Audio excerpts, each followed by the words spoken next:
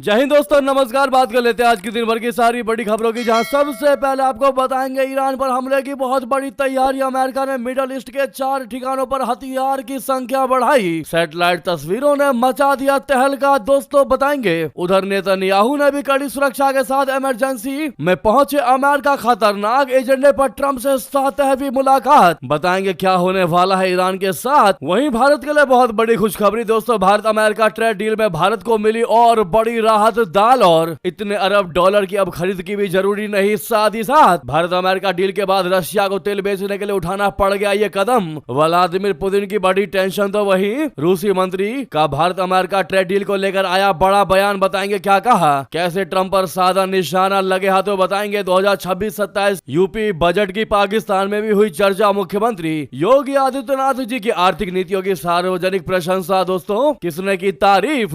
वहीं आपको बताएंगे सिंधु जल संधि पर दिल्ली ने हैग कोर्ट को दिखा दिया ठेंगा। टेंशन में आया पाकिस्तान, कहने लगा भारत न्योता देने के बाद भी नहीं आ रहा। तो वहीं मोहम्मद यूनुस की अंतरिम सरकार ने बांग्लादेश में खूब मचाई लूट। 24 घंटे में आई 2 रिपोर्टों ने सबको चौंका दिया। वहीं बांग्लादेश में वोटिंग से 24 घंटे पहले अमेरिका की बहुत बड़ी चेतावनी। चुनाव की पारदर्शिता पर उठ गए बड़े सवाल। बेहतरीन से बेहतरीन जानकारी बताने वाले हैं, बस आप वीडियो के लास्ट तक बने रहिएगा। और खबरों में आगे बढ़ने से पहले देश भारत की संप्रभुता अखंडता का पुरजोर समर्थन करते हैं तो वीडियो को लाइक करके इस चैनल को सब्सक्राइब करके बेल आइकन दबा के कमेंट में जय हिंद कहिएगा। बात करते हैं पहली सबसे बड़ी खबर की, जहां अमेरिका ने मिडल ईस्ट के 4 मिलिट्री बेस पर विमान और अन्य सैन्य उपकरण बढ़ा दिए हैं। ये कदम ईरान के साथ बढ़ते तनाव के बीच उठाया गया है। इस बात का खुलासा जनवरी और फरवरी की सैटेलाइट तस्वीरों से हुआ है। कतर के अल उदीद बेस पर फरवरी में RC 135 3 C-130 Hercules 18 KC 135 stroke tanker और 7 C-17 दिखाई दिए हैं। दोस्तों मिडल ईस्ट के अन्य बेस में सऊदी अरबिया के प्रिंस सुल्तान बेस, ओमान के दुहान बेस और डिएगो गार्जियो में भी विमान और उपकरण बढ़ा दिए गए हैं। अमेरिका ने कतर के अल उदीद बेस पर मोबाइल मिसाइल लॉन्चर तैनात कर दिया है। ये मिडल ईस्ट सबसे बड़ा अमेरिकी सैन्य बेस है। सैटेलाइट तस्वीरों में दिखा कि पैट्रियट मिसाइलों को ट्रक लॉन्चरों में रखा गया है, यानी ये मिसाइलें तेजी से कहीं भी लेकर जाई जा सकती है और आवश्यकता पड़ने पर अटैक या डिफेंस में इस्तेमाल हो सकती है। दोस्तों पैट्रियट मिसाइलों को मोबाइल ट्रकों में रखने का ये फैसला क्लियरली दिखाता है कि अमेरिका ने खतरे को गंभीरता से लिया है। ट्रकों में रखी मिसाइलें जल्दी से दूसरी जगह तैनात की जा सकती है ताकि ईरानी हमला होने पर जवाब दिया जा सके। इससे साफ है कि अमेरिका ने ईरान के साथ बढ़ते तनाव के बीच अपने मिडल बेसों को मजबूत किया है और मिसाइलों और विमान तैनात कर खतरों के लिए तैयारियां बढ़ा दी हैं। दोस्तों लेकिन वही जो चौंकाने वाली खबर सामने आई है वो ये, इधर अमेरिका ने बढ़ाई हथियारों का जखीरा तो उधर कड़ी सुरक्षा के बीच इमरजेंसी में पहुंचे अमेरिका। नेतन्याहू खतरनाक एजेंडे पर ट्रंप से 7वीं मुलाकात। दोस्तों इजरायली प्रधानमंत्री बेंजामिन नेतन्याहू मंगलवार रात वॉशिंगटन पहुंचे, वो भी उस स्तर की सुरक्षा के साथ जैसे आमतौर पर अमेरिकी राष्ट्रपति को दी जाती है। जी हां, आज उनकी मुलाकात राष्ट्रपति डोनाल्ड ट्रंप से होनी है और कूटनीतिक हलकों में इसे बेहद संवेदनशील और खतरनाक मोड़ माना जा रहा है। दोस्तों ये दौरा पहले अगले हफ्ते तय था, लेकिन नेतन्याहू ने इसे जल्द कराने पर जोर दिया जब ट्रंप के दूत स्टीव विटकॉफ और जेरेड कुशनर ने ओमान में ईरान के विदेश मंत्री अब्बास अराक्ची से बातचीत की। उस बातचीत में दोनों पक्षों ने माना कि चर्चा सिर्फ ईरान के परमाणु कार्यक्रम तक सीमित है। यही बात नेतन्याहू को नागवार गुजरी। दोस्तों नेतन्याहू चाहते हैं कि अमेरिका ईरान बातचीत में सिर्फ न्यूक्लियर मुद्दा नहीं बल्कि ईरान के बैलिस्टिक मिसाइल कार्यक्रम पर रोक, मिडिल ईस्ट में ईरान समर्थित मिलिशियाओं हिजबुल्लाह, हमास, इस्लामिक जिहाद, हुती को समर्थन खत्म करने की शर्त और तेहरान पर कड़े अल्टीमेटम लगाए जाएं, यानी साफ शब्दों में ईरान को बातचीत नहीं आत्मसमर्पण पर मजबूर किया जाए। दोस्तों ये बीते 12 महीनों में ट्रंप और नेतन्याहू के साथ भी आमने सामने मुलाकात है, जो किसी भी वैश्विक नेता से कहीं ज्यादा माना जा रहा है। नेतन्याहू से अभूतपूर्व रिश्ता बताते हैं। उन्होंने यहाँ तक कह दिया कि अगर वो प्रधानमंत्री ना होते तो शायद आज इजराइल अस्तित्व में नहीं होता। राजनीतिक विश्लेषकों के मुताबिक नेतन्याहू ट्रंप के साथ अपनी निजी केमिस्ट्री का इस्तेमाल कर विटकॉफ और कुशनगर की अपेक्षाकृत नरम नीति को कमजोर करना चाहते हैं। दोस्तों अब ऐसा लग रहा है कि कहीं ना कहीं ईरान को लेकर बहुत बड़ी प्लानिंग बनाई जा रही है और अब ऐसा लग रहा है कि खामनेई की सरकार को उखाड़ कर फेंकेगा अमेरिका और इजराइल दोनों मिलकर और बड़ा अटैक हो सकता है दोस्तों ईरान पर। इन दोनों संकेतों से ये बहुत बड़े अटकलें लगाई जा रही है। एक तरफ अमेरिका ने मिडल ईस्ट के 4 ठिकानों पर बढ़ा दिया हथियारों का बेस, हथियारों की संख्या, और उधर आनन फानन में इमरजेंसी इमरजेंसी मीटिंग के लिए पहुंचे अमेरिका नेतन्याहू। क्या है इस पर आपकी राय दोस्तों, जरूर कमेंट करके बताइएगा। अगली खबर और बेहतरीन खबर की बात करते हैं, जहां पर भारत अमेरिका ट्रेड डील में भारत को मिली बड़ी राहत, दाल और 500 अरब डॉलर की खरीद भी जरूरी नहीं। दोस्तों, अमेरिका ने भारत के साथ हुई हालिया ट्रेड डील पर जारी अपनी फैक्ट शीट में कई बड़े बदलाव किए हैं। पहले जिन बातों का साफ जिक्र था उन्हें या तो हटा दिया गया है या उनकी भाषा बदल ली गई है। पिछले हफ्ते दोनों देशों ने ट्रेड डील का ऐलान किया था। इसके बाद व्हाइट हाउस ने एक फैक्ट शीट जारी करके आगे की रूपरेखा बता दी थी, लेकिन अब उसी दस्तावेज का नया वर्जन जारी कर दिया गया है। सबसे बड़ा बदलाव दाल को लेकर है दोस्तों। पहले ये कहा गया था कि भारत अमेरिकी औद्योगिक और कृषि उत्पादों पर टैरिफ कमियां खत्म करेगा, जिसमें दाल भी शामिल थी। अब नए दस्तावेज से दाल का जिक्र हटा लिया गया है। 500 अरब डॉलर की खरीद को लेकर भी भाषा बदली गई है। पहले लिखा था कि भारत अमेरिका से 500 अरब डॉलर का सामान कम से कम खरीदने के लिए कमिटेड होगा। अब इसको बदलकर इरादा रखता है कर दिया गया है। दोस्तों, नए दस्तावेज में सिर्फ एनर्जी, सूचना और संचार तकनीक, कोयला और कुछ अन्य सामान की बात कही गई है। डिजिटल सर्विस टैरिफ पर भी अमेरिका ने नरमी दिखाई है। पहले ये कहा गया था कि भारत जो है ये टैरिफ हटाएगा। अब सिर्फ इतना लिखा है कि भारत डिजिटल ट्रेड के नियमों पर बातचीत के लिए तैयार है। अमेरिका ने भारत पर रूसी तेल इंपोर्ट के कारण पेनल्टी के रूप में लगाए गए 25% टैरिफ को वापस करने का भी फैसला लिया है। दोस्तों, इस फैसले से भारतीय कारोबारियों को 40,000 करोड़ रुपए की राहत मिलने की उम्मीद है। व्हाइट हाउस आधिकारिक जानकारी के अनुसार 27 अगस्त 2025 से लेकर 6 फरवरी 2026 के बीच अमेरिका द्वारा किए गए जिन इंपोर्ट पर यह पेनल्टी लगी थी उनका रिफंड दिया जाएगा। वहीं आपको बता दें, भारत अमेरिका डील के बाद रशिया को तेल बेचने के लिए उठाना पड़ा है ये कदम। बढ़ गई पुतिन की टेंशन। जी हां, अमेरिका के साथ ट्रेड डील के बाद भारत की रिफाइनरियों ने वेनेजुएला से कच्चे तेल की खरीद बढ़ा दी है, जिससे रूसी तेल का आयात घटने की खबरें हैं। दोस्तों, इससे रशिया के पास भरोसेमंद ग्राहक का संकट गहरा गया है और अमेरिकी प्रतिबंधों के बीच चोरी छिपे निकले तेल से भरे उसके जहाज हिंद महासागर में इधर उधर भटक रहे हैं।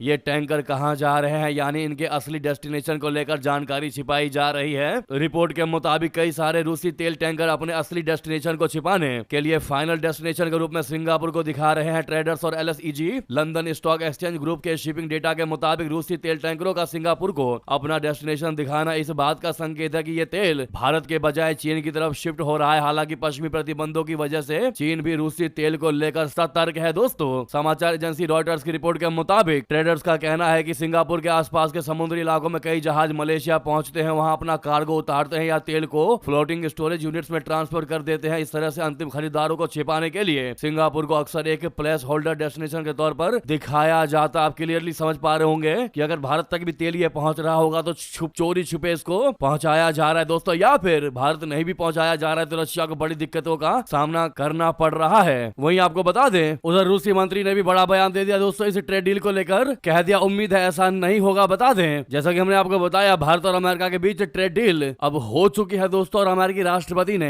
एग्जीक्यूटिव ऑर्डर पर साइन तक कर दिए हैं और इसका फ्रेमवर्क और डील की फैक्ट शीट भी जारी हो चुकी है। लेकिन अब इस बीच डोनाल्ड ट्रंप ने भारत से डील से जुड़े अपने ऐलान में रशिया पर फोकस बनाए रखा था और उनका प्रशासन लगातार भारत के रूसी तेल की खरीद कम करने से जुड़े बयान दे रहे हैं। इस बीच रशिया के विदेश मंत्री सरगेई रियाबकोव ने बड़ी बात कह दी है दोस्तों कि इस डील से इंडिया रशिया के संबंधों पर बहुत बुरा असर नहीं होगा। जी हाँ,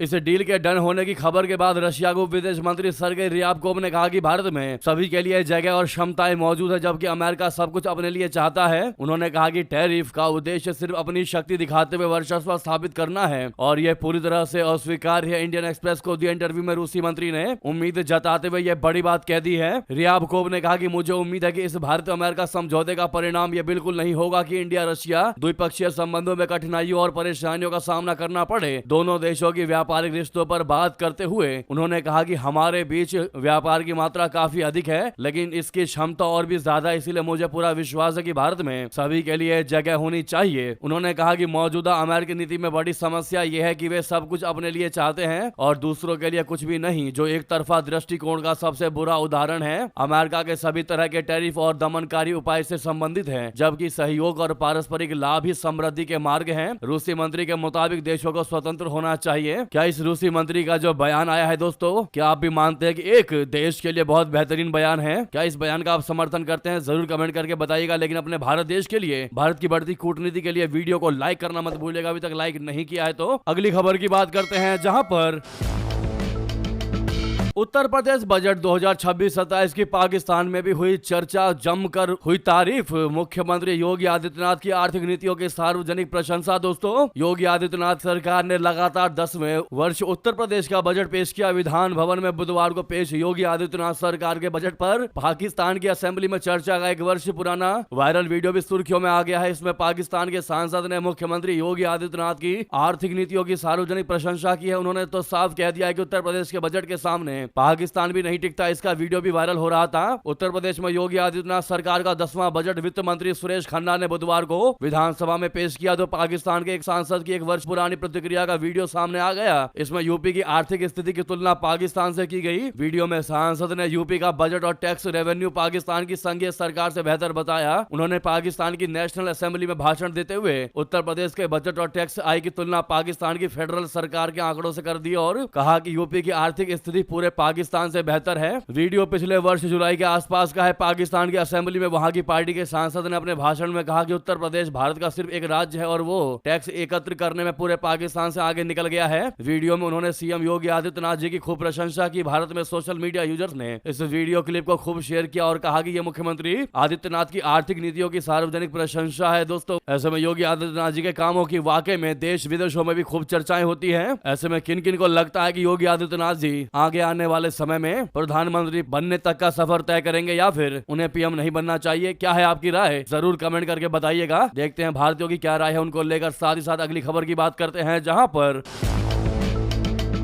उधर सिंधु जल संधि पर दिल्ली ने हेग कोर्ट को दिखा दिया ठेंगा। टेंशन में आ गया पाकिस्तान, कह दिया भारत न्योता देने के बाद भी नहीं आ रहा। जी हां, सिंधु जल संधि पर हेग के अस्थायी मध्यस्थता अदालत ने कहा है कि भारत ने सुनवाई में हिस्सा लेने के न्योते का जवाब नहीं दिया। उसने एक प्रेस रिलीज जारी करते हुए कह दिया है कि पाकिस्तान के साथ इंडस वाटर्स ट्रीटी यानी IWT विवाद से जुड़े एक मामले की कार्रवाई में भारत पेश नहीं हुआ। ये ताजा घटनाक्रम उस वक्त हुआ है जब चिनाब नदी पर बांध बनाने की स्पीड को भारत ने युद्ध स्तर पर बढ़ा दिया है, जिसके बाद पाकिस्तान में चिनाब नदी बांध की समीक्षा की जा रही है। पाकिस्तान सिंधु जल संधि सस्पेंड करने के भारत के फैसले पर कई बार आपत्तियां भी जता चुका है। वो भारत को परमाणु युद्ध की धमकी भी दे चुका है। प्रेस रिलीज में हेग स्थित मध्यस्थता कोर्ट ने कह दिया है कि उसने इंडस वाटर्स ट्रीटी के आर्टिकल 9 और एनेक्सर G के तहत पाकिस्तान द्वारा भारत के खिलाफ शुरू किए गए आर्बिट्रेशन में मेरिट्स पर दूसरे फेज की सुनवाई 3 फरवरी को पूरी कर ली। इसमें कहा गया कि भारत ने सुनवाई में भाग लेने के न्योते का जवाब नहीं दिया और पेश नहीं हुआ। आपको बता दें कि सिंधु जल संधि पर वर्ल्ड बैंक की मध्यस्थता में 1960 में भारत पाकिस्तान के बीच समझौता हुआ था, जिसे भारत ने पिछले साल पहलगाम आतंकी हमले के बाद सस्पेंड कर दिया। आपको बता दें कि हेग स्थित मध्यस्थता कोर्ट में क्यों पेश नहीं हो रहा अपना भारत। दरअसल पाकिस्तान सिंधु बैसिन की नदियों पर भारत के हाइड्रो इलेक्ट्रिक डिजाइन और प्रोजेक्ट्स का विरोध कर रहा है। पाकिस्तान का यह कहना है कि नई दिल्ली ने शेयर्ड वाटर रिसोर्स से जुड़ी ट्रीटी के तहत तय लिमिट को पार कर लिया है। भारत ने पिछले साल पहलगाम आतंकी हमले के बाद से पाकिस्तान को नदियों के बारे में जानकारियां देनी बंद कर दी है। वहीं भारत ने चिनाब नदी पर सावलकोट हाइड्रो इलेक्ट्रिक प्रोजेक्ट शुरू किया है। केंद्र सरकार ने प्रोजेक्ट से जुड़े अधिकारियों को जल्द से जल्द पूरा करने का निर्देश दिया है, इसीलिए प्रोजेक्ट का काम युद्ध स्तर पर चल रहा है। पाकिस्तान इससे परेशान है। प्रेस रिलीज के मुताबिक कोर्ट ने पाकिस्तान की तरफ से शुरू की गई दूसरे चरण की सुनवाई पूरी कर ली है। पाकिस्तान का आरोप है कि भारत की किशन गंगा और रेटल जल विद्युत परियोजनाओं के डिजाइन संधि का उल्लंघन करते हैं। वहीं कोर्ट ने नोट किया है कि भारत को बार बार न्योता दिया जा रहा है, लेकिन भारत इसमें भाग नहीं लेता। कोर्ट ने कहा है कि भारत के शामिल न होने के बावजूद सुनवाई जारी रहेगी। कोर्ट ने इससे पहले भारत को किशन गंगा और बगलीहार प्रोजेक्ट से जुड़े तकनीकी और ऑपरेशनल डेटा जमा करने का निर्देश दिया था। दोस्तों, वहीं आपको बता दें, अपना भारत कोर्ट की कार्रवाई को अवैध मानता है और इसके पीछे भारत का कहना है कि यह मध्यस्थता अदालत यानी कोर्ट ऑफ आर्बिट्रेशन अवैध रूप से गठित है और संधि के नियमों के खिलाफ है। भारत सिर्फ तटस्थ विशेषज्ञ की प्रक्रिया को ही कानूनी मानता है। भारत ने साफ कर दिया है कि जब तक पाकिस्तान सीमा पार आतंकवाद बंद नहीं करता तब तक संधि पर सामान्य चर्चा संभव नहीं है। भारत ने साफ कर दिया है कि वो कोर्ट का फैसला ना मानने के लिए बाध्य है और ना ही कोई फैसला मानेगा। नेक्स्ट खबर की बात करते हैं, जहां पर